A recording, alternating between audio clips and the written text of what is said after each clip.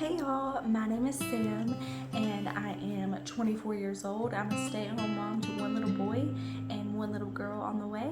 And today we're going to talk all things pregnancy, birth, and postpartum. So if descriptive birth is not your thing, you can just go on to the next video. But I'm so glad you're here and I can't wait for you to hear my birth story. Let's start from the beginning. So there was this one night I started having contractions, but they were only like 6.5, 7.5 minutes apart. They weren't very consistent, but they happened all night long, and they were just strong enough to not be able to sleep comfortably. So they kept waking me up, and it was my first time experiencing contractions. I had had some Braxton Hicks in the past. The Braxton Hicks, they don't really hurt, they just are very tight. So like if I would vacuum too hard or like clean too hard or do something hard, I would have Braxton Hicks, but it was not like that. It was different. And so I had stayed up all that night, and then as soon as the morning came, as soon as the daylight hit, they just vanished away. And I was like, where'd they go? And I was so upset because obviously I thought, this is it. Like, I'm pretty sure we went to the grocery store, got snacks, we put the car seat in the car, just as last minute things, but it was not it. It was not that. So everyone had told me it's prodromal labor, prodromal labor, prodromal labor. That means that, it's kind of like practice labor.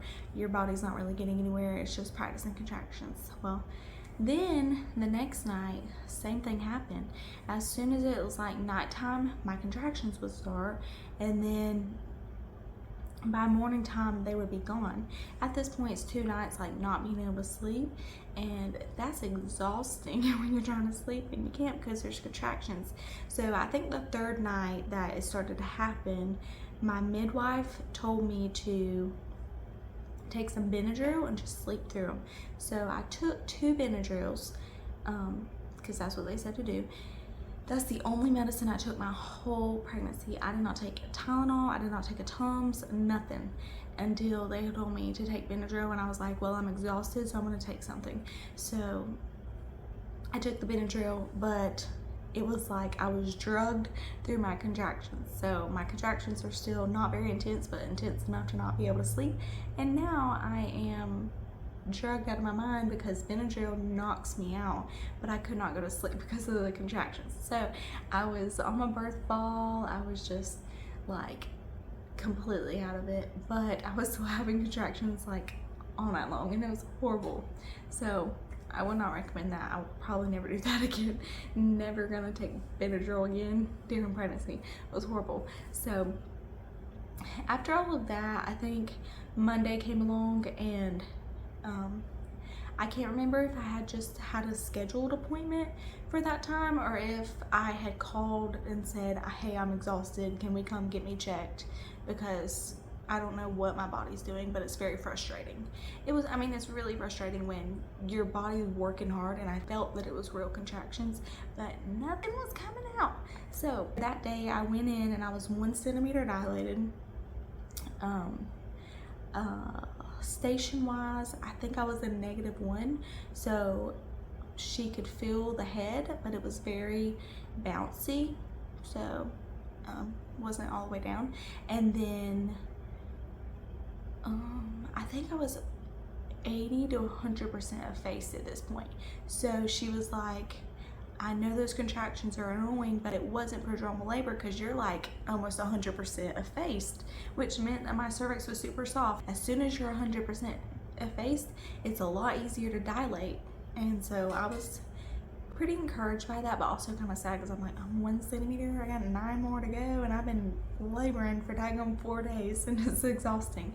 And then I asked my midwife if I could get a membrane sweep, but she was like, honestly, I don't think you need one because like I could almost bet that you're gonna have your baby soon. Apparently I was looking great for having a baby, and my Bishop score was higher than a 6, I think, so it was favorable that I would, like go into labor hopefully soon. So I'm pretty sure it was that night that I lost my mucus plug, and I lost my mucus plug around like 5 o'clock in the afternoon. And then I started having contractions, and they were just the same, like 6.5, 7.5 minutes apart. And I thought, oh, here we go again. You know, it's gonna be the same old inconsistent contractions all night long, and then the next day they're gonna stop. I was not thinking this was actually it, because I had dealt with this 3 other days, and so I did not think it was actually it. And then as soon as I lost my mucus plug, and then I ate supper, and then I just tried to relax. I tried to get my body to just relax and just calm down. During these 3 days, I was doing like everything I could to get this child out of me, because I did not want to keep having contractions for days and days and days and days. So I was curb walking, I was doing crazy yoga. I mean, I was doing all the things. I was trying to walk this baby out of me. I was trying to bounce the baby out of me, just anything. I mean, I'm 39 weeks. It's like, by that point, you're like done. And I was completely done. So after supper, I just remember trying to calm down, just chill. So I was laying on the couch, and then I said, okay, I'm just gonna try to go to sleep. And it was 11 o'clock when I tried to finally lay down, but my contractions were just coming like literally every 6.5 minutes to 7.5 minutes, and they were about a minute long, and they were just strong enough to be annoying.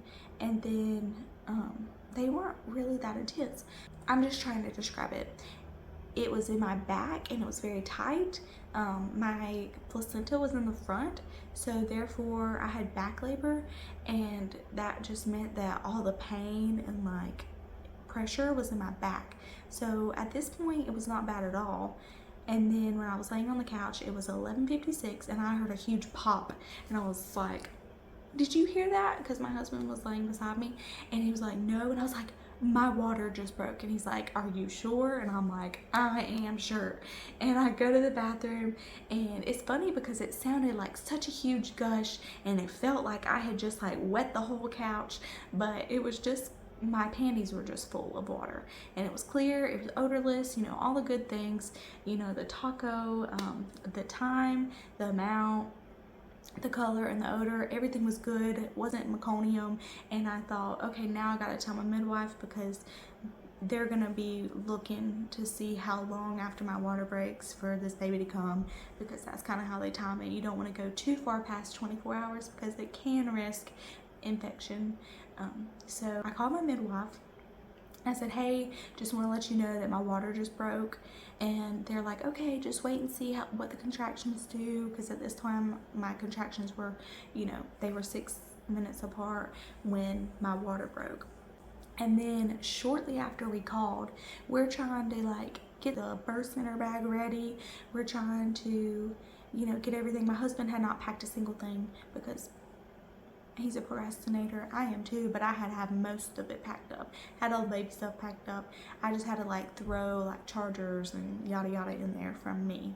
So I was trying to do all that, and then shortly after we called, I mean, these contractions went from 6.5 minutes apart to literally 2.5 minutes apart. They were just so intense. I was bending over the side of the bed, just trying to breathe through them. I already had my comb in my hand, and I was holding tight when I was having contractions, and they were almost exactly a minute long and 2 minutes apart at this time. And so I was like, you have to call the midwife back, like we've got to get it going, like this is happening. And so my husband called, and he was like, she can't really talk through these anymore. They're coming like 2 minutes apart, and she is really having to work through them. So the midwife's like, okay, you better come on now. So we come now, and it's 30 minutes away from the house. We get in the car, and that was the worst ride of my life. The worst ride. I mean, goodness gracious. I'm having back labor. I'm having to sit back in a chair. At this point, I should have just hauled up and just stood in the back, because my back labor was so bad. And I had a contraction every 2 minutes for 1 minute long for 30 minutes straight, all the way there. And it was funny because this night it was in January, and I think it was 14 degrees outside, which was like the coldest night it had been in the winter. at this time it was the coldest night, and I had the windows rolled down during labor on the way to the birth center because I was just burning up. I mean, I was dying. It was so hot in that car. My husband's over there like freezing in a sweatshirt. I'm in a little dress that I just threw on. Pretty sure I threw on a diaper too, just so I wouldn't get like water and stuff all over the truck. And I'm like working through these contractions. We're walking into the birth center, and the first thing they do, obviously you have to get checked so they know like where are you at in your labor. When they checked me, I was 7 centimeters dilated, and I was like, holy crap, like that's insane. I've already made it 7 centimeters, and at this point I'm in transition already. So as soon as they checked me, I was like, I need to use the bathroom. So I used the bathroom. Toilet contractions are the worst contractions because that is where your body relaxes the most. So they were just, everything was just opening, and I was already just in so much pain, and I was like, I gotta get in the water. And they were trying to fill up the bathtub, or like the tub that I was gonna birth in, but it wasn't ready, so they let me get in the shower. I was on my hands and knees in the shower. They were doing counter pressure, and I was saying, I'm gonna die. I kept saying, like, I'm gonna die, I can't do this, I'm gonna die. And it was so funny because I told my husband on the way to the birth center, no matter what, you better not let me give up, because I have set my mind that I'm gonna do this unmedicated, and you're not gonna let me quit. I'm not gonna be able to quit. Well, at this point, I wasn't gonna be able to get transferred no matter what anyway, because this child was about to pop out of me. So I was in the shower. I did 2 contractions in the shower, and then I was like, okay, I can't do this anymore. So they finally got the birth tub, or the birthing tub, full enough to where I could get into it. So I got into the tub, and that was so relaxing, and it was just so much relief. Even though it was a lot of pain, it was literally nature's epidural, and I truly believe I could not have done it without that water, because it was amazing. And as soon as I got in the water, my contractions came one after another. It was no longer every 2 minutes apart. It was like contraction, you don't get a break, and then contraction, contraction, contraction, just constantly. And they were very, very intense. The only thing that was keeping me alive at that point was counter pressure on my back, because everything was in my back. It was sort of like my whole body was going numb from the pain, because it was so intense in my back. It took my legs. I couldn't stand, because it was just all that tension was in my back, in my lower back, and it was very, very hard to get through. And the only way I got through it was because of counter pressure. For my midwife, the birthing assistant, my husband, they were all just working together, just pushing as hard as they could. And that is oh my goodness, it was the biggest relief that I got the whole time. So it was shortly after I got in, I was like, I've got to push. And they were like, well, honey, if you feel like you need to push, go ahead and push. They didn't check me. That's what's so amazing about the birth center compared to a hospital. They didn't say, okay, well, let's get you out of the tub and let's check you so that I know that if you can push or not. They didn't say that. They said, if you need to push, if you feel your body telling you you need to push, go ahead and push. And so I started to push, and like it happened. It was happening fast. I mean, he was coming, and I felt it. And I was pushing when I was kind of sitting down, leaning back, holding onto the birth tub. But then they're like, why don't you try to get in a different position? So they had me kind of on my knees, squatting, and leaned over the birth tub, holding on to the outside and to my husband. And I ended up birthing in that position, or giving birth in that position. So I was pushing, and I just remember feeling like everything was ripping into. It was horrible. So I determined in my mind, I said, Sam, I know you're scared that you're gonna tear, but if you can just do this and just get him out, it will be a relief. I didn't want to push so hard that I tore my brains out, but I also wanted to push hard enough to get him out. So I pushed with my might. They said I was doing a great job because I was pushing right in the area I needed to. They had a mirror down there, so they saw his head crowning, and then, I mean, he just shot out. And it was 16 minutes of pushing altogether, and he was just out. So my water had broken at 11:56, and he was out at 2:09. Like, that's insane. 2 hours and 15 minutes from my water breaking to him being here. And it was crazy. I was in shock afterwards. As soon as he came out, they had told me right before he came out to stay in the water. They're like, okay, when he comes out, you got to stay down in the water and then we'll turn you around. But as soon as he popped out, I just shot up, because that's just like your first instinct, to shoot up and like turn around. So they had to like push me back down in the water so that I could chill, and then get him out of the water and put him on. They put him on directly on my chest right after, and he was good. He was crying. Like, it was a magical moment. I was in this pool and just everything was just magical, and I was in shock because it was 2 hours, and I was just in shock from the fact that it was 2 hours.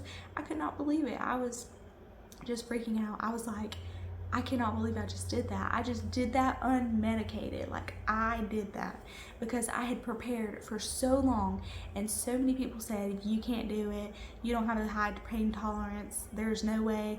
Just wait till you're giving birth and then you're gonna want the epidural. And I heard every single thing and every single negative comment, and I did it unmedicated. And so I was like so empowered, and I felt so just like Wonder Woman. Like, I did it. I was so excited and in shock that it was so fast. And I had prayed for a fast birth. It's so funny because I prayed for a fast birth, and then God took it literally, and it was so fast. So shortly after that, they got me out of the water. I think I was bleeding a little hard in the water, so they got me out, and I was able to lay on the bed and breastfeed for the first time. And they were just checking my blood, and then I think about 30 minutes after, my placenta came out. It wasn't like too bad of a problem. It just kind of came out. It felt real, you know, like a jellyfish coming out of you is what it didn't really hurt that bad, because I don't remember it hurting that bad, but I just remember pressure and then like a gush of placenta coming out of you. So that's kind of what that was like. And so I got my golden hour with him, and then I started bleeding. I was bleeding a lot, and I remember bleeding a lot, and I remember having to pee too, because I hadn't peed since like before I gave birth. I hadn't peed, and they were like, we're gonna have to get you to go to the bathroom. And so I'm pretty sure I got up to use the bathroom, and I passed out at that point because I was just losing so much blood. So I passed out. I can't really remember which order all this stuff is in, but I know that I passed out trying to get up to go to the bathroom. My husband had the baby at this point, and I just remember waking up and not remembering I had given birth. I didn't remember any of that because it'd been like 4 days since I had slept, and when I woke up from passing out, they said it was like 30 seconds I was out, but it felt like the best nap of my life. I mean, it was just so it was nice. Like, I really needed that. And I know it's terrible because I passed out, but it was the best nap of my life. As soon as I woke up, they're like, Sam, I'm sorry, but you're losing too much blood. I had in the beginning declined the Pitocin that they were gonna stick in the side of my leg because I'm extremely terrified of needles, and so I had declined that. But at this point, they're like, if we don't get Pitocin in you, we're gonna have to transfer you to the hospital, and that's the last thing I wanted, was to be transferred to the hospital. So they get an IV in me because I'd rather an IV than they can just put the medication in there. So they got an IV in me, and they gave me Pitocin. I still was bleeding a lot, and then they gave me this other medication through the IV. It starts with like a T. I can't remember what it's called, but it had stopped my bleeding after that. So in all, I bled 1,200 units of blood. So it was a lot, but thankfully they had stopped it before I had to transfer. So that was all just a blessing. I did not feel good after losing all that blood. I was white as a ghost. I couldn't really move a lot. I was very weak and just kind of nauseous but you have to eat before you leave the birth center. So I think we got there around 1 o'clock in the morning, and by this time it's 11 o'clock in the morning, and I tried to eat. My aunt brought me McDonald's because that was the closest thing, and I tried to eat, ate some pancakes, ate some nuts that I just had raw, and that kind of helped. And then I was just real woozy at this point, but then I was able to get up and they helped me in the shower. I was able to sit in the shower and finally take a shower, clean off all the nasty blood, and it was nice. Also, I had forgotten to mention that they ended up having to put a catheter in me because they didn't want my bladder to explode because it'd been so long since I had pottied. So they actually put a catheter in me after I had given birth and after I'd passed out because I couldn't get up to go to the bathroom. And that was really painful because everything is very sensitive down there afterwards. And so everything's like swollen and sensitive, and then they're like having trouble getting the catheter in there.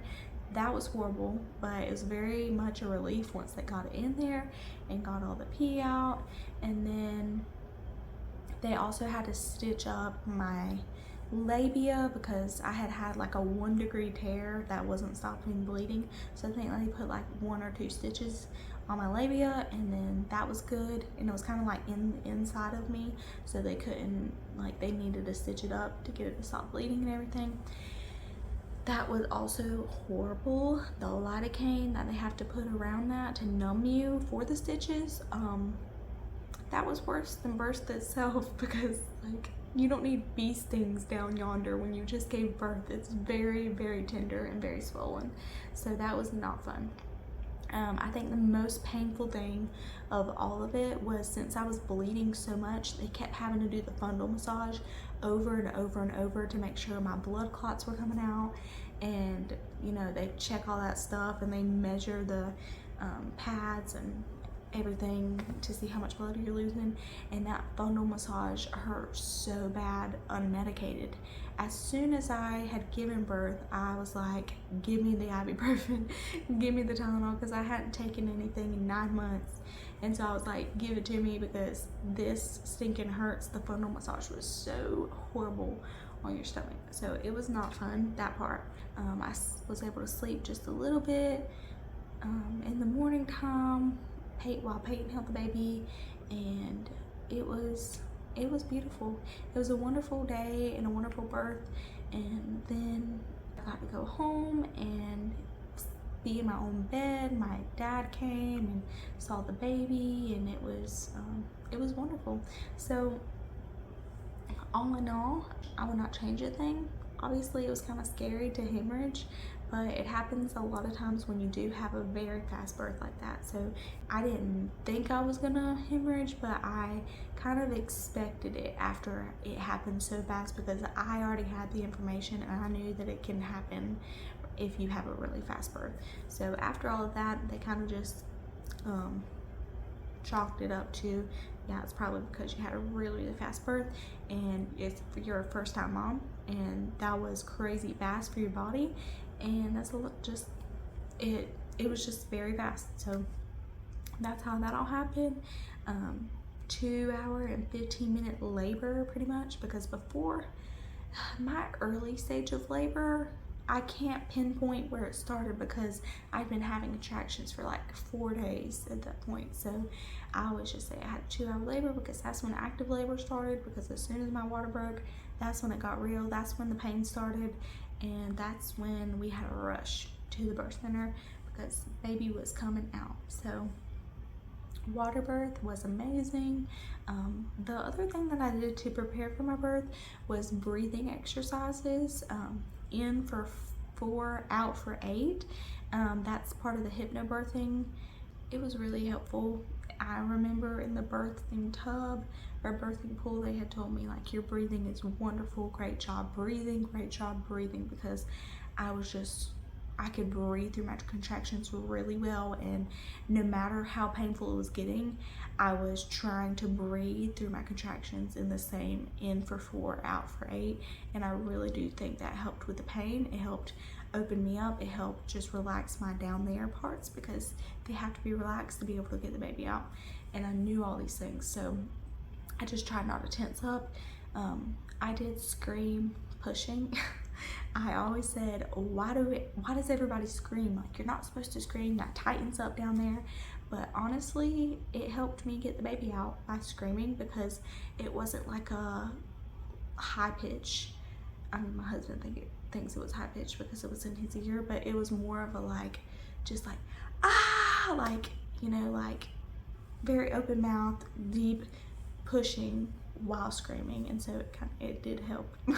And so, I mean, it only took 16 minutes to get him out, so I think it was very effective screaming. My husband cried when he came out. I did not cry because I was just like, holy moly, we just did that, and I couldn't believe it. So it took me a few days to really connect to my baby. I know sometimes people say like, how on earth, like, can you not connect when they first come out? But honestly, like, it's so, you're just holding this human and you're just like, what in the world? Like, you're mine. And I loved him, you know, beyond measure as soon as he came out. But it took me a while to like have that connection and feel that, I don't know, it was just, there's a lot of hormones and a lot of emotions happening when you first give birth. So if you don't connect with your baby right when they come out, it's okay. Sometimes it takes weeks. I've heard of people that it takes weeks to connect, and that's just normal. Your body just went through like this most amazing, crazy, just graphic you know, thing, and your body, it takes a while to regulate that. So I did have the baby blues for a little bit. I remember crying, but after the baby blues, you know, after 2 weeks, I was good. I thought I was gonna have postpartum depression, but I actually did not deal with that until about 9 months postpartum. I was feeling good for the most part, and the only thing was my baby had colic and did not sleep ever during postpartum. So that was a little trying, but we got through all of that, and we got through circumcision. He was born, and then 13 days later we got him circumcised because we had declined the vitamin K shot, because you can decline whatever you want to decline. We did not want it. I had done my research. I didn't want it, so I knew that if we were going to get him circumcised, we just had to wait a certain amount of time, and so we waited, and then he didn't even bleed at all during the circumcision. So it worked out, and we had done research, and we knew exactly as parents what we wanted to do for our kid. So we declined the vitamin K, we declined the eye ointment, and we did do the like blood test to make sure everything was good, and he was. He latched great. He did great breastfeeding. My milk came in good, and honestly, it was just a blessing that I was able to breastfeed, because that was something I really wanted to do. So I was actually able to breastfeed him for 12 months, and I would have breastfed him longer, but I got pregnant with my next baby. As soon as I got pregnant, my milk kind of like completely dried up, and I had to stop breastfeeding because it just was not coming back. No matter how much I pumped, no matter how much I put him on my boob, it was not coming back. And that just happens to some people. A lot of people can breastfeed through pregnancy and then tandem feed like both their babies, but I was not one of those people, and it's okay because right now I'm in a break to where I don't have to breastfeed at all, and it's really nice. So everything worked out, and I'm so thankful that God was in every single aspect of my birth and my labor, and just He's so good to us, and we're so thankful for our sweet baby boy. I hope this was encouraging to you and powerful, that even if it doesn't go exactly the way you plan it, I mean, birth is unpredictable, and it did not go perfectly the way I wanted it to go, because I did hemorrhage, and that was kind of scary. But it was still beautiful, and I still had the information at hand. And I'm just gonna tell you right now, if I could give you any advice, prepare. Because a lot of people will tell you don't have a birth plan because it's not going to go the way you plan it. But that's not true. In my opinion, I think you should have a birth plan, because there are certain things that even if it does change, there are certain things that you can't keep the same. And so I think that preparing and knowing exactly what you want, having the research on hand and in your mind, and you've done the research previously, so you know what you want and you know why you want it. And that's so important because mama, this is your birth and you get to decide. I mean, yes, emergencies happen, C-sections, sometimes they're necessary, but if you have information, you can control a lot more than if you don't have any kind of information. If you go in not knowing anything, you're just going to listen to your provider because that's all you know to do, and that's okay if that's what you want to do. But I'm telling you, if you just prepare and you do the research and you have the information, your birth can go so much more smoothly because you feel more in control and you got to decide what the next step was. Even if it wasn't in your plan, you got to decide that, okay, this is the right next step, and that's just so important. So like I said, most of all my information that I got for my whole pregnancy, I'm obsessed with birth in general and pregnancy because it's just amazing. So I love the podcast and I'll link it below, but check it out. It's amazing and you learn so much information, and it's just wonderful. So I hope you have a wonderful day. Thanks so much for joining me